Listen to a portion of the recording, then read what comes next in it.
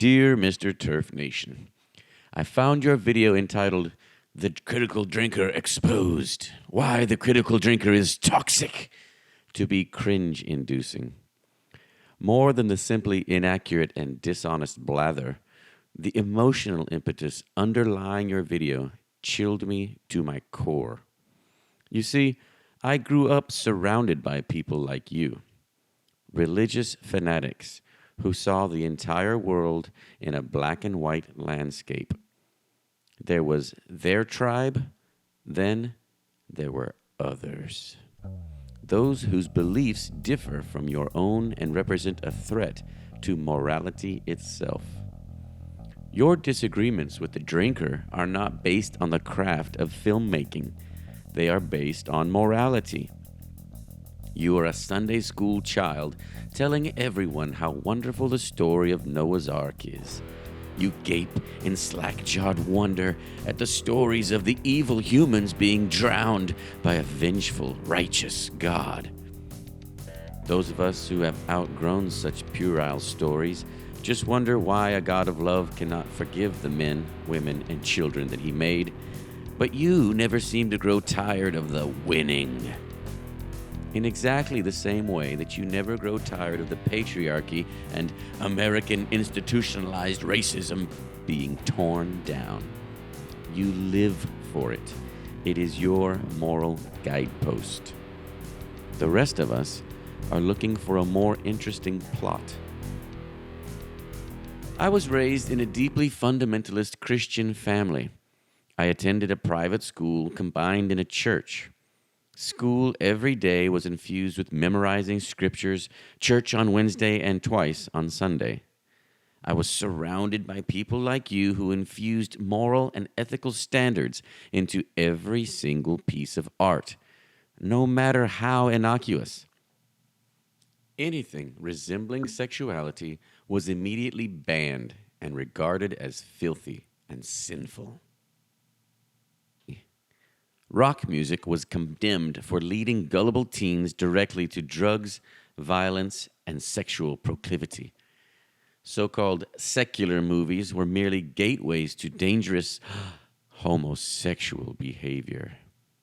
Your opinions about society are painfully similar to my religious upbringing. Quite literally, I was told that bands like Van Halen, Guns N' Roses, and the like were leading teens down the path to suicide and hell. When you whine about a film critic being toxic and art, in exactly the same way that Christian fundamentalists create films where teaching a lesson is the most important aspect, letting things like character, setting, plot, and humor take a distant back seat. So, too, do you and your politically correct ilk allow a movie's message to be front and center, remaining blissfully ignorant of all the cheap and cheesy, lazy movie-making mistakes. Watch any movie starring Kirk Cameron and you will see what I mean. For this reason, Rian Johnson's terrible mischaracterization feeds your soul. Luke Skywalker will never be a bad character to you because you are so overjoyed that, at long last, the white male is being cast down. The patriarchy is crushed. Yippee! The rest of us are wondering where his motivation went, where his character attributes are, and who is he, and why we should care. To us, he is unrelatable because he is hollow and cardboard thin. This new version of Luke Skywalker is incomprehensible and irrational. To you, he is, quote, perfect, because the moral message is clear. This one-dimensional and puerile way of watching movies is actually quite commonplace. You are, unfortunately, in the majority. I could write an entire essay on why that is, but that will have to be a story for another time. You claim to have an open mind, so please, listen to the following conversation overheard in a break room between two coworkers. Tell me if you can find any similarities between your own views and those of the uneducated redneck.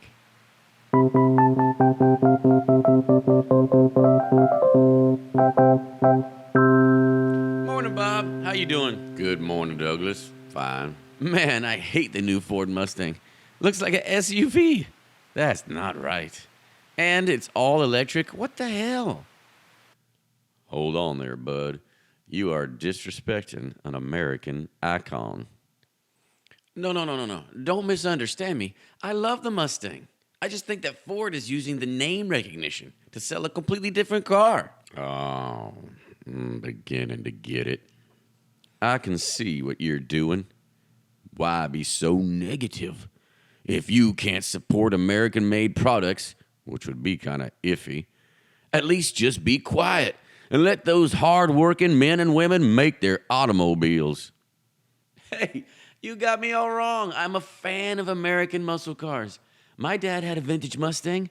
What I don't like is the greed of these corporations, banking on the profits from a long and storied history while making something that is not a performance car or even looks anything like a Mustang. People like you make me sick. You hate America. Probably some kind of communist. You drive one of those made-in-China cars like a Honda or something. Hondas are not... Look, man, you got it all wrong. I'm just criticizing the look and the style of a car, not the origin or production of it. I'm an educated man. You cannot fool me. I know from whence I speak. You are poisonous. We do not want your kind around here. Why don't you go live in Red China? We support American companies, and that is what is important. If you don't understand and accept that, you were just raised wrong. My father and his father before him bought and drove American-made Fords. I would not trust my loved ones in anything else. I will drive American-made cars until the day I die, and, Lord willing, even in the afterlife. Because sure as shooting, there ain't no foreign cars inside of the pearly gates, my deluded friend.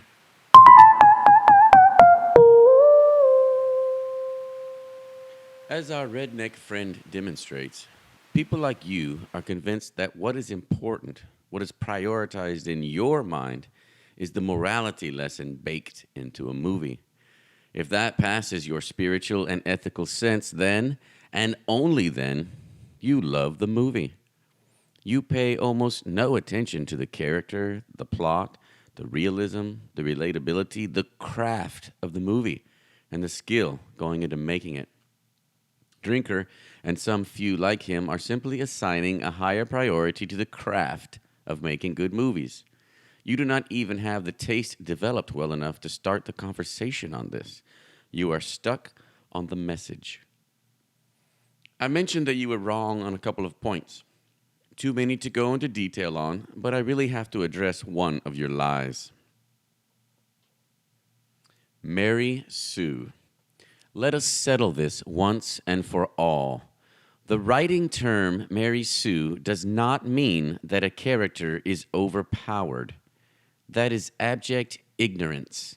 It needs to stop. The term Mary Sue was coined by a female editor of a Star Trek magazine who was attempting to help aspiring female writers. Paula Smith wrote a short story called A Trekkie's Tale as a lesson to these young, inexperienced fan fiction writers. She demonstrated how the mistakes they were making in so many of their stories involved making the female protagonist far too successful, well beloved by everyone around her for no reason, and far too skilled in an unrealistic fashion. People repeating the myth that a Mary Sue is an overpowered character in a story are just wrong. If that was what Paula Smith was trying to say, she would have written, "Stop making your characters too powerful." She didn't. It was more complex than that. She wrote a short story that clearly laid out the error.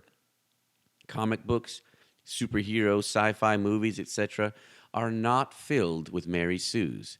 That is simply inaccurate. Understand the terms of the movie-making business before you go rattling off uninformed opinions on the internet.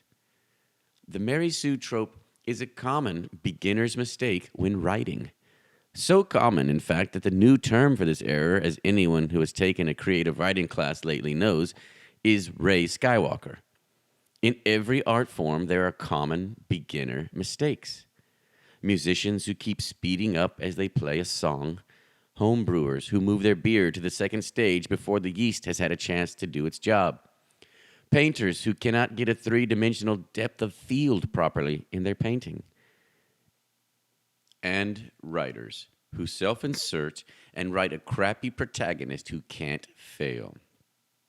The Ray Skywalker character is, therefore, obviously, a self-insertion by the author, who, rather narcissistically, cannot bring themselves to write any sort of flaw into their protagonist, as it represents themselves. The problem is about writing to make yourself feel good, not crafting a good story with realistic and therefore relatable characters. When a content creator such as yourself fails to get such a basic definition down, you display how ignorant you are about story making and filmmaking. It tells your audience that you really do not have any interesting or useful opinions, just uninformed ramblings that any random person at a bus stop may have. Rian Johnson is a writer in exactly the same way that Donald Trump is an athlete. Kathleen Kennedy and J.J. Abrams are corporate goons who are far more interested in movies making maximum profits than they are at writing good stories or crafting compelling characters. These are facts, not opinions. Which, of course, segues into the second way that you're totally wrong. Your assessment of filmmaking as subjective.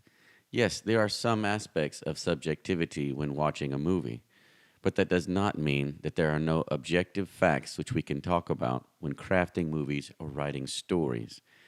This is extremely basic, and yet you seem to get it wrong over and over again.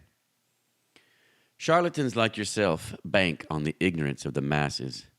Although it used to surprise me how so many people could read or observe a video so devoid of any real point and nod their head in agreement, as I get older, it no longer surprises me.